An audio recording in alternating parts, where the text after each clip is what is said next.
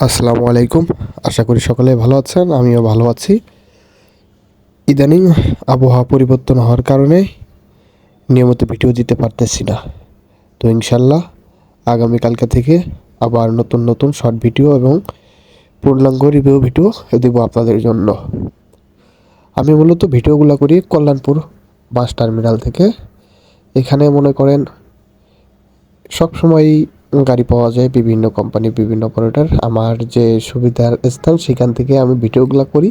মূলত সেই স্থানের পাশেই হানিফ কাউন্টার, এই কারণে হানিফ পরিবহনের বেশি গাড়ির ভিডিওগুলি দেওয়া হয় আর কি। ইদানিং খুব শোনা যাচ্ছে হানিফ পরিবহনে নাকি ইন্ডিয়ান চেসিস অশোক লেল্যান্ডের 20 ইউনিট যুক্ত করবে। ঘটনা কি সত্যি? যদি ঘটনা সত্যি থাকে বন্ধুরা জানান ঘটনা সত্যি কিনা।